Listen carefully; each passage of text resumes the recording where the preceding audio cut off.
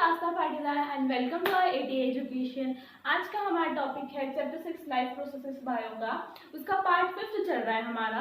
4 part already हो चुके हैं, जिसमें न्यूट्रिशन हो चुका है, रेस्पिरेशन का अपना हुआ है, रेस्पिरेशन इन एनिमल और रेस्पिरेशन इन प्लांट बचा हुआ है।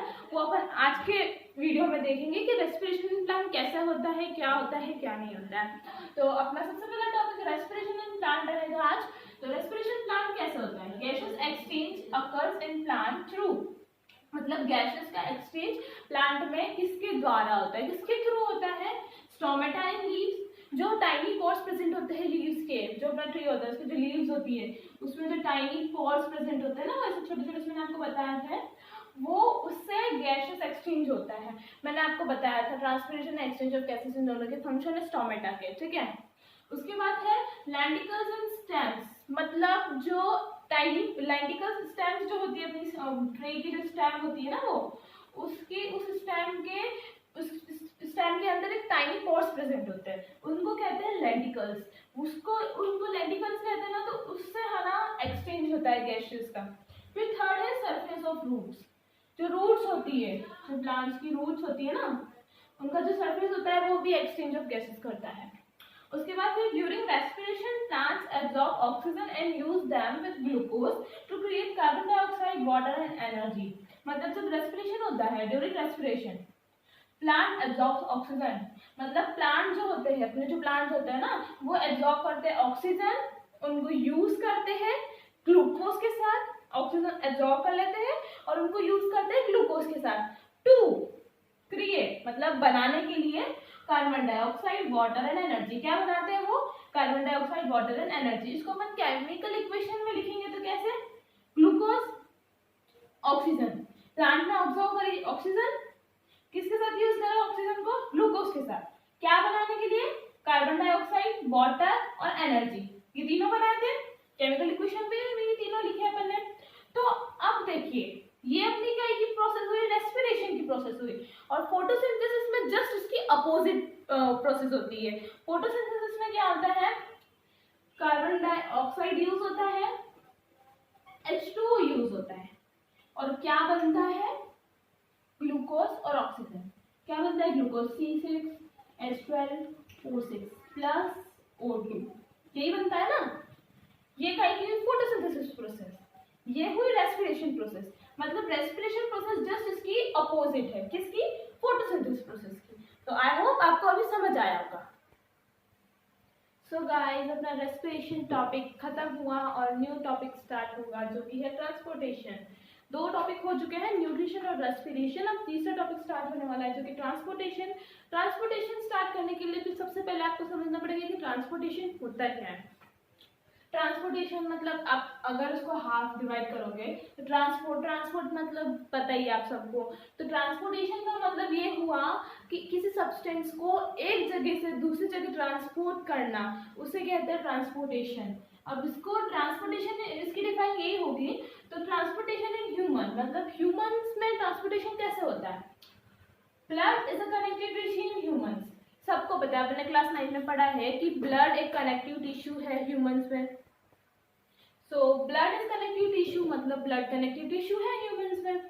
It transports necessary substance to cell and transport metabolic waste product away from those same cells। मतलब वो humans वो ट्रांसपोर्ट करते हैं नेसेसरी सब्सटेंस, मतलब जो नेसेसरी सब्सटेंस होते हैं वो सेल को ट्रांसपोर्ट करते हैं। और यह भी काम है इनका, जो मेटाबॉलिक वेस्ट होता है, जो वेस्ट प्रोडक्ट्स होते हैं, उनको सेल से बाहर निकालते हैं, see away from the same cells. उसके बाद है the main components of blood. क्या है? Plasma, red blood cell, platelets and white blood cell. Plasma, RBC red blood cell, platelets and WBC white blood cells. अब इनको अपन detail में पढ़ते हैं। प्लाज्मा, it is yellow color fluid, it transport food, CO2, waste products etc। ये yellow colour, इसका ये जो फ्लूइड है, मतलब प्लाज्मा जो फ्लूइड है वो येलो कलर में, क्या में? येलो कलर में। और ये ट्रांसपोर्ट करता है फूड, कार्बन डाइऑक्साइड और वेस्ट प्रोडक्ट्स। और भी बहुत सारी चीजें एक्सेट्रा, ठीक है। इसका काम ट्रांसपोर्ट करने का है, तो ये क्या करता है, food, carbon dioxide, waste products. और जो है second red blood cell in the sense RBC, it contains haemoglobin which transport oxygen. ये हीमोग्लोबिन ट्रांसपोर्ट करता है, ये हीमोग्लोबिन कंटेन करता है, कौन, आरबीसी। आरबीसी हीमोग्लोबिन कंटेन करता है और आरबीसी ट्रांसपोर्ट करता है ऑक्सीजन। क्या ट्रांसपोर्ट करता है, ऑक्सीजन। थर्ड है प्लेटलेट्स। प्लेटलेट्स क्या करता है, it this help in blood clotting. अब आप बोलेंगे ब्लड क्लॉटिंग क्या होता है, ब्लड क्लॉटिंग मतलब ब्लड को जमाने का काम कौन करता है, प्लेटलेट्स। ब्लड को जमाना मतलब जैसे अपने कहा लग जाती है और खून रहता है, खून रहता है तो वो अपने आप ज्यादा, मतलब वो अपने आप रुक जाता है ना ब्लड, तो कौन, वो प्लेटलेट्स आके जम जाते हैं, जिसकी वजह से वो हेल्प करते हैं ब्लड क्लॉटिंग, मतलब खून रोकने में हेल्प करते हैं प्लेटलेट्स। वो अपने थोड़े देर खून निकलते हैं, फिर अपने आप ऑटोमेटिकली वो रुक जाते हैं, ज्यादा नहीं आते, फिर उसका काम है प्लेटलेट्स का। ओके, फिर फोर्थ है WBC, white blood cell. WBC क्या करता है, this cells fight against harmful bacteria, viruses and germs. ये इसके जो WBC के जो सेल्स होते हैं ये फाइट करते हैं अगेंस्ट हार्मफुल बैक्टीरियाज, मतलब जो हानिकारक बैक्टीरियाज होते हैं, वायरसेस होते हैं, जर्म्स होते हैं, उनके अगेंस्ट फाइट करता है कौन, WBC। अब अपन हार्ट के बारे में पढ़ेंगे गाइस। अभी सबसे पहले अपन हार्ट पढ़ रहे हैं, तो हार्ट की मैं आपको पहले बेसिक इन्फॉर्मेशन, रिटर्न इन्फॉर्मेशन बता देती हूँ कि हार्ट कैसे, क्या होता है, उसमें क्या सिस्टम्स है, क्या नहीं है। और उसके बाद फिर बाद में अपन रिटर्न में ही हार्ट कैसे वर्क करता है वो बता दूंगी। उसके बाद फिर मैं आपको पूरे डायग्राम के साथ उसका हर पार्ट, हर फंक्शन क्या कहलाता है, उसका पार्ट कौन सा फंक्शन क्या करता है, उस सब के मैं आपको बाद में डायग्राम के साथ भी समझाऊंगी ताकि आपको अच्छे से समझ आ जाए। और अभी इसमें कुछ डाउट रहेगा तो आपके डायग्राम में बिल्कुल क्लियर हो जाएगा, इसलिए पहले अपन रिटर्न में समझ लेते हैं, उसके बाद फिर अपन डायग्राम विजुअली समझेंगे, ठीक है। तो heart is a muscular organ, it has side separated by muscular wall. मतलब हार्ट एक मस्कुलर ऑर्गन है, सबको ही पता है एक मस्कुलर ऑर्गन है, ठीक है। It has side separated by muscular wall, मतलब उसकी जो साइड्स है वो सेपरेट हुई है, मतलब अलग अलग कर रखी है उसकी वॉल्स ने, उसकी मस्कुलर वॉल्स जो है उसने अलग कर रखी है उसकी वॉल्स, ठीक है।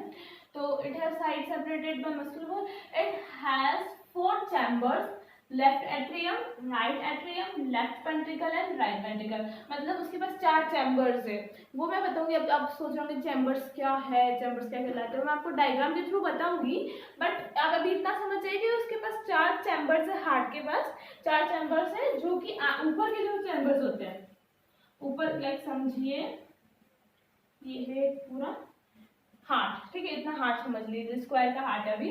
तो 4 चैम्बर हो गए, ठीक है। तो 4 चैम्बर में से ऊपर जो रहेंगे वो एट्रियम्स कहलाएंगे और जो नीचे रहते हैं वो वेंट्रिकल्स कहलाएंगे।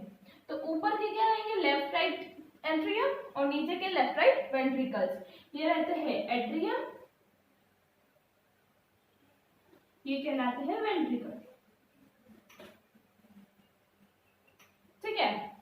तो अभी आप इतना समझिए, बाद में आपको डायग्राम के थ्रू बताऊंगी। अभी अपना नेक्स्ट टॉपिक रहेगा कि हार्ट कैसे वर्क करता है, हाउ डू हार्ट वर्क्स, ठीक है। तो हार्ट कैसे वर्क करता है ये देखते हैं अपन। Deoxygenated blood comes from tissue to right atriums, which then pump to your lungs by right ventricles through arteries, where it drop carbon dioxide and carry oxygen. Then oxygenated blood comes to left atrium through veins, which the pump the body part by left ventricles through aorta. तो ऐसा मैंने पढ़ा, कुछ समझ नहीं आया होगा आपको, सब सिर से ऊपर गया होगा, पर सबसे पहले आपको देखना पड़ेगा कि डीऑक्सीजनेटेड ब्लड क्या होता है। डीऑक्सीजनेटेड ब्लड और ऑक्सीजनेटेड ब्लड क्या है। ऑक्सीजनेटेड ब्लड मतलब वो ब्लड जो ऑक्सीजन कैरी करता, ना कि कार्बन डाइऑक्साइड। और डीऑक्सीजनेटेड ब्लड वो होता है जो कार्बन डाइऑक्साइड कैरी करता है, ना कि ऑक्सीजन कैरी करता है।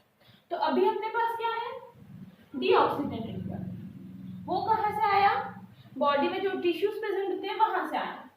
कहाँ पे आया, एग्जाम्पल ले लेते हैं अपन, ये है अपना हार्ट, ठीक है। यहाँ आ गया राइट एट्रियम, यहाँ आ गया लेफ्ट एट्रियम, यहाँ आ गया राइट वेंट्रिकल, यहाँ आ गया लेफ्ट वेंट्रिकल। ठीक है, यहाँ मान लो टिश्यूज प्रेजेंट है नीचे और यहाँ लंग्स है। ठीक है, तो सबसे पहले डीऑक्सीजनेटेड ब्लड टिश्यूज से आया, टिश्यूज से आया, कहाँ पे आया? To right atrium, right atrium का यहाँ, तो यहाँ पे आया। यहाँ से क्या होगा? उसके बाद फिर हो जाएगा राइट वेंट्रिकल में, इससे नीचे आया। ठीक है, इससे नीचे आया, फिर इसको डीऑक्सीजनेटेड ब्लड से ऑक्सीजनेटेड ब्लड करना है ना, तो ये जाएगा लंग्स के पास। ठीक है, लंग्स के पास गया, डीऑक्सीजनेटेड ब्लड से ऑक्सीजनेटेड ब्लड बना, कन्वर्ट हुआ, कार्बन डाइऑक्साइड रिलीज करा, ऑक्सीजन लिया। ठीक है, अच्छा ब्लड बन गया। उसके बाद फिर बाद में यहाँ से ये आएगा लेफ्ट एट्रियम में। कहाँ पे? लेफ्ट एट्रियम में। ये बात याद रखना कि राइट एट्रियम और राइट वेंट्रिकल जो है ये हमेशा डीऑक्सीजनेटेड ब्लड ही कैरी करेगा। ऐसा नहीं है कि लंग से जो ऑक्सीजनेटेड ब्लड आया वो राइट एट्रियम में आ जाए, ऐसा कभी नहीं होता है। राइट एट्रियम और राइट वेंट्रिकल जो है वो हमेशा डीऑक्सीजनेटेड ब्लड कैरी करता है और लेफ्ट एट्रियम और लेफ्ट वेंट्रिकल हमेशा ऑक्सीजनेटेड ब्लड कैरी करता है। तो अपन लंग्स में आता है, ऑक्सीजनेटेड ब्लड आया लेफ्ट एट्रियम में, यहाँ से आया लेफ्ट वेंट्रिकल्स में, लेफ्ट वेंट्रिकल्स से आया, फिर वो पंप होता है which the pump to body part of the left ventricles. उसके अच्छे बाद में चला जाता है बॉडी पार्ट्स में थ्रू अओर्टा। फिर इसका ये फंक्शन है, यहाँ से ये आएगा तो ये किसके थ्रू जाएगा? अओर्टा। अओर्टा एक आर्टरीज है, उसके द्वारा वो जाता है। ठीक है, तो आपको समझ आया होगा कि हार्ट कैसे फंक्शन करता है, कैसे वर्क करता है, और इसको और अच्छे से समझने के लिए हम इसका डायग्राम बना के इसको अच्छे से समझेंगे। So guys, this is the diagram of heart. आप बोल रहे होंगे ये कैसा डायग्राम है हार्ट का, बट मैंने ये इसलिए बनाया ताकि आपको इजीली अच्छे से समझ आ सके कि क्या क्या फंक्शन करता है और क्या क्या कहलाता है। इसलिए सबसे पहले जो है टिश्यूज है, इनके पास क्या है? डीऑक्सीजनेटेड ब्लड है। ये वर्क करते हैं अपनी बॉडी में, बहुत वर्क करते हैं ना, तो इनको क्या चाहिए? वर्क करने के लिए ऑक्सीजन चाहिए होता है। ऑक्सीजन खत्म हो जाता है तो इनका ब्लड जो है डीऑक्सीजनेटेड बन जाता है। अब इनको चाहिए ऑक्सीजन, ये बोलते हैं हमें और ऑक्सीजन दोगे तो हम और काम करेंगे।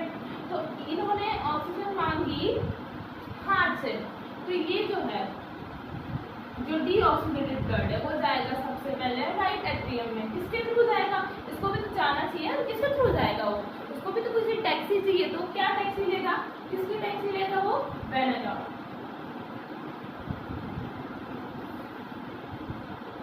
ठीक है, ये वेन है, क्या है वो? वेन है।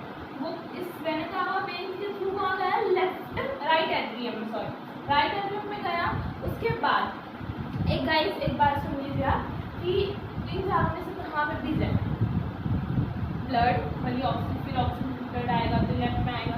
कोई भी चीज़ ऊपर से जो नीचे आएगी, मतलब एट्रियम से वेंट्रिकल में आएगी इसमें, तो वो हमेशा कॉन्ट्रैक्ट होगा। लाइक वो अभी रिलैक्स पोजीशन में, जैसे रिसीव करा ब्लड, वो अभी रिलैक्स है, और वो जैसे वो नीचे लेफ्ट एट्रियम डीऑक्सीजनेटेड ब्लड को नीचे पास करेगा तो वो कॉन्ट्रैक्ट होगा जिससे कि वो ब्लड नीचे आ जाएगा। लाइक अपन एग्जाम्पल लेते हैं स्पंज का। अब वो जो स्पंज है वो ड्राई पोजीशन में है, ड्राई स्टेट पे है, तो वो रिलैक्स्ड है। तो जैसे अपन पानी में डालेंगे तो वो हैवी हो जाता है, फिर पानी निकालते हैं अपन तो उसको कॉन्ट्रैक्ट करते हैं ना, अपन पानी निकालते तो कॉन्ट्रैक्ट करते हैं। उसी टाइप से इसका भी ये है कि इसमें डीऑक्सीजनेटेड ब्लड आया, जब वो इसको रिसीव करा तब वो रिलैक्स पोजीशन पे था, रिलैक्स स्टेट पे था, और जैसे वो नीचे जाने को करा तो उसने कॉन्ट्रैक्ट करा तो नीचे आया। कहाँ पे आ गया? राइट वेंट्रिकल्स में। राइट वेंट्रिकल्स में कौन सा? डीऑक्सीजनेटेड ब्लड आया। उसके बाद अपन को ऑक्सीजनेटेड ब्लड करने के लिए अपन को क्या करना पड़ेगा? राइट वेंट्रिकल में जो ब्लड आया है उसको लंग्स तक पहुंचाना पड़ेगा। अब लंग्स तक इसको कौन टैक्सी देगा? उसको भी टैक्सी चाहिए, ऐसा तो नहीं है कि खुद जा सकता है ना। तो ये जाएगा पल्मोनरी आर्टरीज के थ्रू। ठीक है, इसके पल्मोनरी आर्टरी के थ्रू। तो ये राइट वेंट्रिकल पल्मोनरी आर्टरी के थ्रू लंग्स में गया, लंग्स में उसका काम करा, डीऑक्सीजनेटेड ब्लड को ऑक्सीजनेटेड ब्लड, मतलब गंदा ब्लड से अच्छा ब्लड बनाया। उसके बाद फिर यहाँ से यह आएगा लेफ्ट एट्रियम में। अब यहाँ से आने के लिए भी इसको टैक्सी चाहिए, यहाँ पे आने के लिए भी कैब बुक करी, कौन सी कैब बुक करी इसने, कौन सी कैब आई इसके लिए आई पल्मोनरी वेन। कौन सी आई, पल्मोनरी वेन आई, ठीक है।